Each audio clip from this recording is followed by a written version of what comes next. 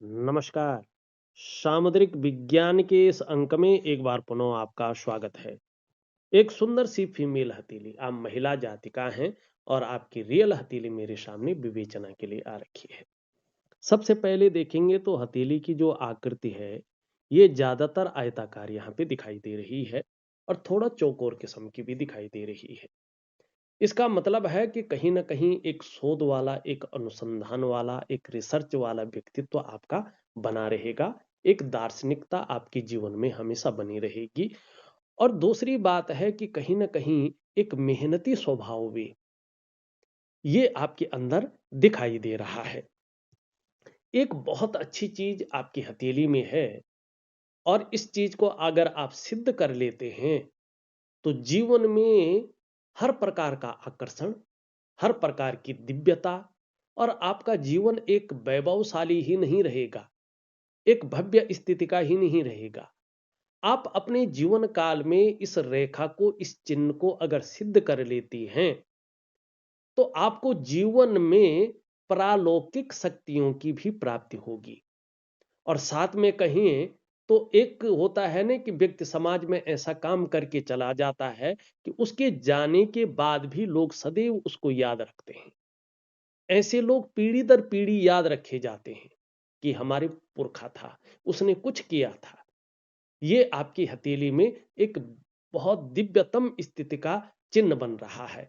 और इसके बारे में सामुद्रिक जो विज्ञान है वो वर्णन करता है। जनने प्रबल्लो यस्य राज योगो भवेदिदि करे वा चरणो वशम राज चिन्हम प्रजायते। यहाँ पे देखेंगे आप तो ये आपकी हृदय रेखा है और इसमें देखिएगा एक शानदार विष्णु तिलक बन रहा है। आप अगर देखें, मैं बिना उसके दिखा देता हूं आपको। ये शानदार विष्णु तिलक बन रहा है और ये देवगुरु बृहस्पति को देख रहा है, जो देवताओं के पुरोहित हैं। ठीक, इसका स्पष्ट मतलब है आपके जो पंच तत्व हैं, पंच महाभूत, 5 एलिमेंट, जो आपके शरीर के पंच महाकोश हैं, प्राणमय कोश, अन्नमय कोश, जो ये पंच महाकोश हैं, जो 5 ज्ञान इंद्रियां हैं, 5 कर्म इंद्रियां हैं और अष्टाचक्र हैं, नव द्वार हैं, इनके अनुसार देखा जाए तो आपकी जो इष्ट हैं वो भगवान विष्णु है, सुप्रीम पावर। मानी भगवान बद्रीनाथ की आपके ऊपर बहुत बड़ी कृपा है, साक्षात कृपा है। अब चाहे वो किसी भी रूप में हो सकता है आपके कुल में, आपके वंश में भगवान नरसिंह जो है उनका रूप हो, नागराजा उनका रूप ठीक है ना, या लड्डू गोपाल की आप पूजा करते हो सकता है आप राम को बहुत ज्यादा मानते हो, कृष्ण को मानते हो, खाटू श्याम को मानते हो। लेकिन कुछ भी कहें, भगवान बद्री विशाल जी की बहुत बड़ी कृपा, साक्षात कृपा आपके ऊपर है। अगर आप पूरा समर्पण भाव से केवल और केवल भगवान विष्णु की शरणागति जाते हैं तो आपकी जीवन में वो दिव्यता और उस भव्यता की प्राप्ति होगी जिसकी शायद आपने कभी कल्पना की हो। ये वाक सिद्धि भी देता है। ऐसे लोग देखे होंगे आपके, तो बहुत बड़ी ज्योतिषी होते हैं, वाक सिद्धि की प्राप्ति करवाता है ये। ऐसे लोगों को पूर्वाभास हो जाता है। दूसरा देखेंगे तो किसी मठ के मठाधीश होते हैं, या ऐसे देखेंगे आपने भविष्य वक्ता होते हैं, या समाज में जो भजन गायक हैं, गायन के क्षेत्र में बहुत बड़ा नाम कमा रहे हैं, ठीक है ना, ऐसे लोग होते हैं। या कोई गद्यांश पद्यांश लिखने वाले लोग होते हैं, ऐसे लोग। यानी आपके ऊपर साक्षात भगवान बद्री विशाल की विशेष कृपा है और एक सही पैटर्न से आपको उनकी शरणागति जाना चाहिए। फिर देखिएगा, यदि आप समाज में अच्छे कार्य करते हैं और अच्छी राह पर चलते हैं तो आगे चलकर किसी भी काम में आपको अवश्य सफलता मिलेगी। आपको हराना आपके विरोधियों के लिए संभव नहीं रहेगा। इसके अलावा समाज में खूब लोकप्रियता, बहुत ज्यादा सम्मान आप पाएंगे। अत्यंत भाग्यशाली लोगों में से आपकी गिनती होगी ही होगी, इसमें कोई दो राय नहीं दिखाई दे रहा है। इतनी अच्छी चीज है। तो मैं कहता हूं ये नया वर्ष आया है, 2026 है, सूर्य का वर्ष भी है। एक सिद्धि की प्राप्ति कर ले आप, बहुत बड़ी सिद्धि आपको मिल जाएगी। फिर आपको कुछ पूछने की जरूरत नहीं है, ना आपको जन्म पत्रिका दिखाने की जरूरत है, ना हथेली दिखाने की जरूरत है, न कहीं भविष्य वक्ता के पास जाने की जरूरत है। फिर देखो आप क्या आयाम, किस स्तर का आयाम की प्राप्ति करते हैं सिर्फ इनकी शरणागति जाने पे। क्यों बृहस्पति की ओर देख रहे हैं? देखिएगा, हथेली में नहीं, ये तर्जनी होती है ना, इसके नीचे का जो ये भाग है ना, यही आचार्य बृहस्पति हैं, देवगुरु आचार्य बृहस्पति। ये बहुत बड़ी चीज है, ये ज्ञान के आचार्य हैं, ये रीति रिवाजों के, कर्तव्यों के, बोध के और अनुशासन के आचार्य हैं। आप थोड़ा देखना, मेरी बातों को पे थोड़ा गौर करना। जिसकी हथेली में ये आपको पुष्ट सुंदर और गुलाबी आभाली हुई दिखाई दे रहे हैं, उभरे हुए दिखाई देते हैं, ऐसे लोगों पर देवगुरु आचार्य बृहस्पति जी की बहुत बड़ी कृपा होती है। प्रोफेशनली देखना, ये लोग ज्योतिषी होते हैं, डॉक्टर होते हैं, टीचर होते हैं, इंजीनियर होते हैं, एजुकेटर होते हैं, काउंसलर होते हैं, मोटिवेशनल स्पीकर होते हैं, आश्रम के गुरुदेव होते हैं, और ज्ञान प्राप्ति में इनकी ललक बहुत रहती है। ये लोग जो बात करते हैं उसमें एक आकर्षण होता है, दो शब्दों के बीच का गैप, ये प्राकृतिक बोध होता है ऐसे लोगों के पास। बहुत ज्यादा तेजस्वी होते हैं, बहुत अच्छे विद्वान होते हैं, बहुत बड़े बुद्धिमान होते हैं ये लोग। ठीक, तो आपको क्या करना है कि थोड़ा देवगुरु बृहस्पति को और पुष्ट करना है, ये एक अच्छे आभा मंडल से युक्त करने हैं और इसको सिद्ध करना है। बस दो काम आपने अपने जीवन काल में करने हैं, फिर स्वतः ही सब कुछ आपको मिल जाएगा। अब यहां पे देखिएगा, ये आपकी मस्तिष्क की रेखा है, बहुत अच्छी है, बौद्धिक स्तर बहुत अच्छा रहेगा आपका। लेकिन वर्तमान में चंद्रमा का प्रभाव पड़ रहा है, चंद्रमा अच्छा है लेकिन चंद्रमा का प्रभाव पड़ रहा है, तो इस अवस्था में प्रायो बहुत ज्यादा सोचने वाला व्यक्ति तो ये उभार सकता है, ज्यादातर कल्पनाओं में डूबे रहने वाला व्यक्ति तो उभार सकता है, कभी कभी मन की एकाग्रता भी ये भंग कर सकता है। ठीक है ना, लेकिन श्रेष्ठ सफलता आप अर्जित करेंगे, ये भी ये दिखा रहा है। ठीक, अब दो चीजें खराब हैं इसमें। एक देखो, आपकी करियर और धन की रेखा एकाएक इस पे रुक गई है, आगे नहीं बढ़ी है। ठीक, दूसरी ये यहां से जा रही है, देवगुरु बृहस्पति शनि की तरफ दृष्टि गोचर कर रहा है, शनि आपका बहुत ज्यादा उभर गया है। इसका क्या मतलब है? इसका मतलब है कि एक तो आप जो है मन से ऐसा निर्णय ले सकते हैं कि अपनी डेवलपमेंट को, अपनी प्रोग्रेस को खुद बाधित कर सकते हैं, और फिर उस डेवलपमेंट को पाना, उस प्रोग्रेस को पाना थोड़ा मुश्किल हो सकता है। दूसरा, ये शनि की तरफ झुकता है, तो थोड़ा सा परिवार को लेके, चाहे कुछ सब कुछ ठीक चल रहा हो, तब भी थोड़ा सा चिंताओं को ये देता है। कभी कभी बेवजह की चिंताएं उभर सकती हैं, कोई ना कोई वजहें बन सकती है जो थोड़ा तनाव दे सकती हैं। ठीक है ना, लेकिन गंभीर किस्म का व्यक्तित्व आपका रहने वाला है। ये आंशिक पितृदोष को आपके हाथ में बता रहा है 100%। क्योंकि दो तीन चीजें हैं, एक तो जो तरक्की आपको वास्तव में मिलनी चाहिए, कैसी तरक्की? एक लेवल पार करके दूसरे ऑर्बिट में पहुंचने वाली, वो तरक्की नहीं मिल रही है। दूसरा, आपका व्यक्तित्व जिस प्रकार का है उस प्रकार का वो व्यक्तित्व उभर करके एक निखर के नहीं आ पा रहा है, एक सहजता से, सरलता से आपको वो रास्ता नहीं मिल पा रहा है जो मिलना चाहिए। ठीक है, और आंतरिक खुशियां, ठीक है ना, वो उस प्रकार से नहीं दिखाई दे रही हैं, तो आंतरिक पितृदोष आपका है, इस पितृदोष को आपको ठीक करना है। ठीक, अब एक चीज और देखिएगा, फिर मैं कुछ कुछ चीजें बताता हूं। एक तो अपने अंगूठे को देखो, ये पहला भाग बहुत अच्छा है, नुकीला है, जिद्दीपन जीवन में रहेगा, कार्य के प्रति बहुत अच्छा है। लेकिन ये दूसरा भाग जो है बहुत बड़ा है, इससे इसका मतलब स्पष्ट होता है कि आप अपना नुकसान अपनी जल्दबाजी में कर सकते हैं। निर्णयों के कारण आपका नुकसान हो सकता है। आपको जीवन में बड़ा सोच समझकर निर्णय लेना चाहिए। और लगभग 36 वर्ष, 42 वर्ष या 56 वर्ष की आयु में ऐसे लोगों का भाग्योदय होता है। शुरुआती दौर थोड़ा पीड़ादायी रहता है, घर परिवार का भी सुख थोड़ा सा ऐसे में कम मिलता है। तो ये चीजें आपकी हथेली में है। और सबसे बड़ी चीज देखिएगा, जिन चीजों के कारण ये दोष आया है हथेली में, यहां से यहां तक देखिएगा आप, पूरा जाल बन रखा है हथेली में।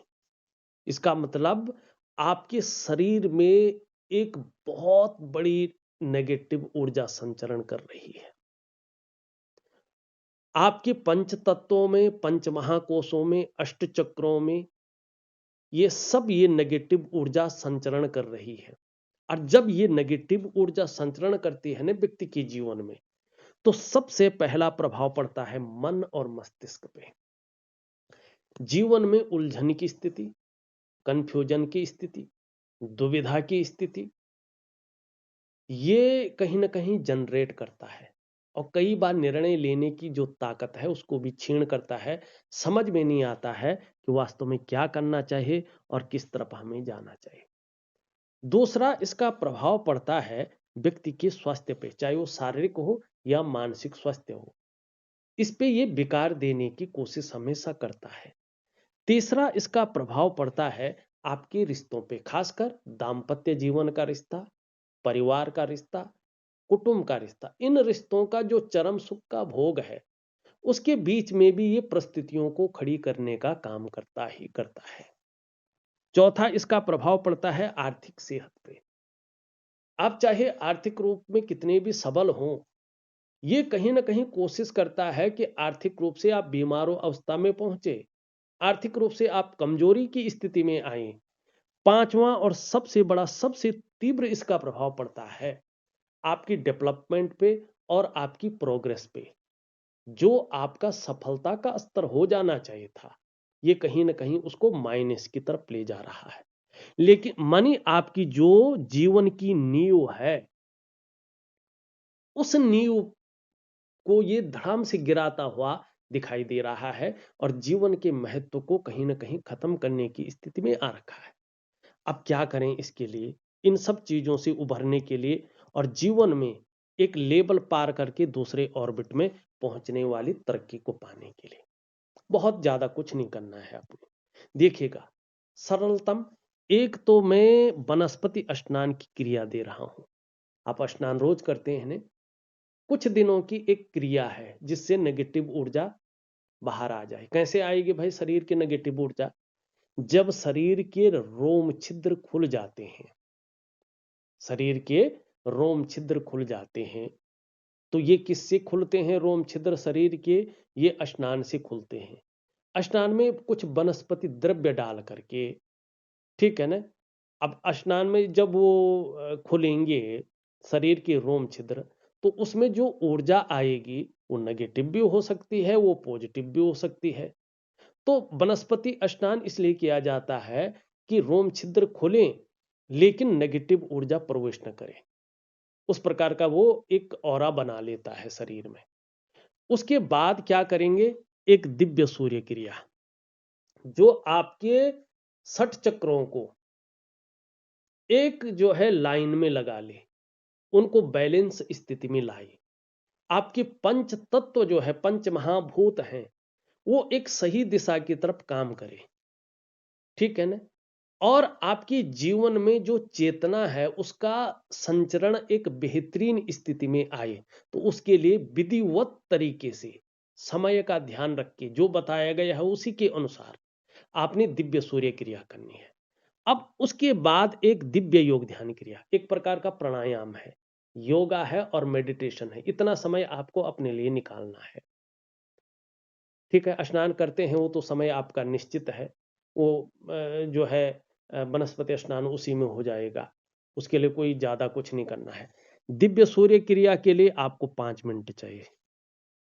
दिव्य योग ध्यान क्रिया के लिए आपको 5 से 15 मिनट चाहिए। 5 मिनट भी कर सकते हैं, 15 मिनट तक भी कर सकते हैं, जो आपको अच्छा लगे। तो अगर 5 मिनट भी करेंगे, 10 मिनट अपने लिए आपको ये चाहिए ही चाहिए, ठीक।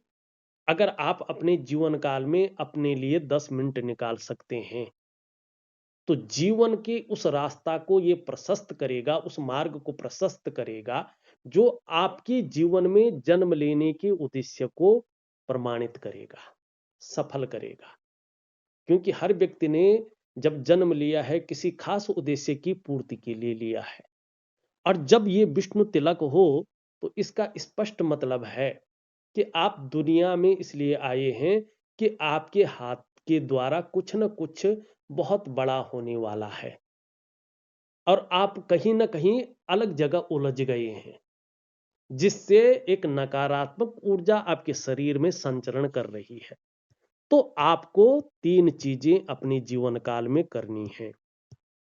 ठीक, निरंतर अपने जो है रूटीन में लाना है दिव्य सूर्य क्रिया और दिव्य योग ध्यान क्रिया।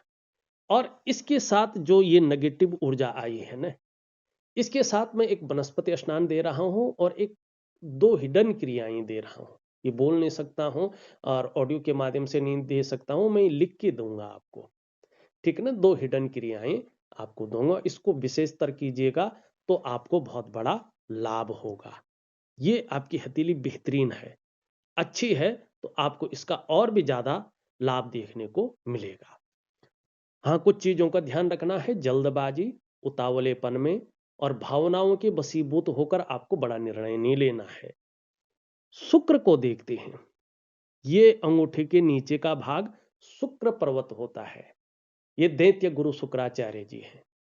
लेकिन क्या है, कला, सौंदर्य, सुंदरता, इन सब चीजों के लिए और एक सुखद जीवन जीने के लिए हथेली में इसका पुष्ट होना जरूरी है।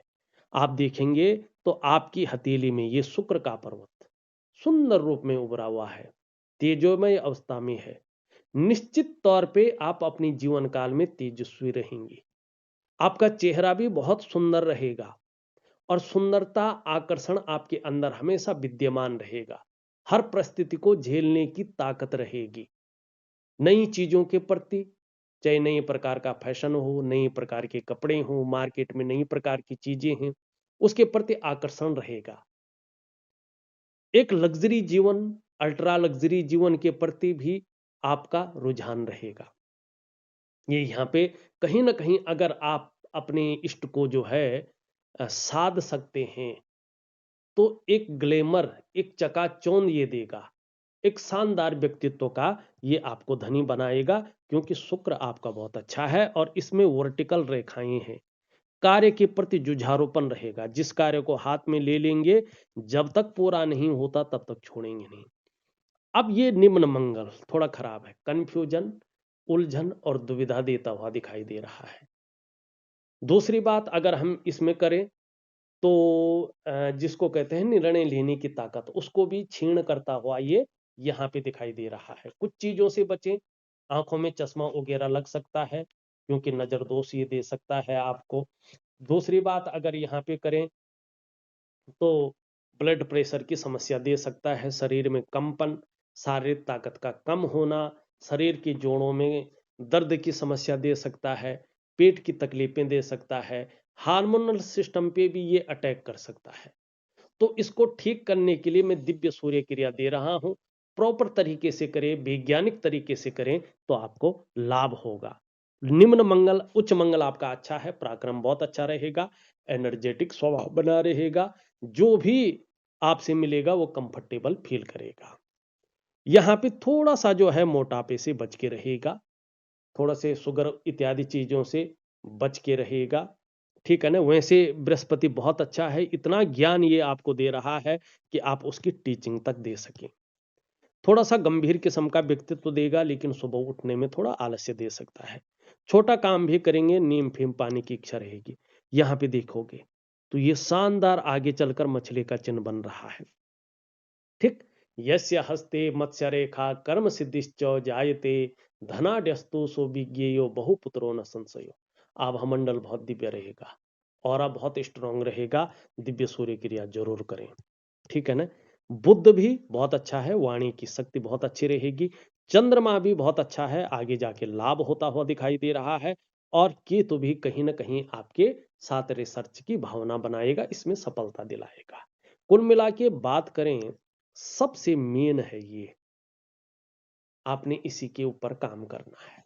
अगर जीवन को उस लायक बनाना है, तो इसके ऊपर काम करिएगा। अगर आपको कुछ कन्फ्यूज हो, आप मुझे कॉल करिएगा, मैं बात करके आपको समझा दूँगा। इस अंक में बस इतना ही। एक नए अंक के साथ पुनः उपस्थित होऊँगा, तब तक के लिए नमस्कार।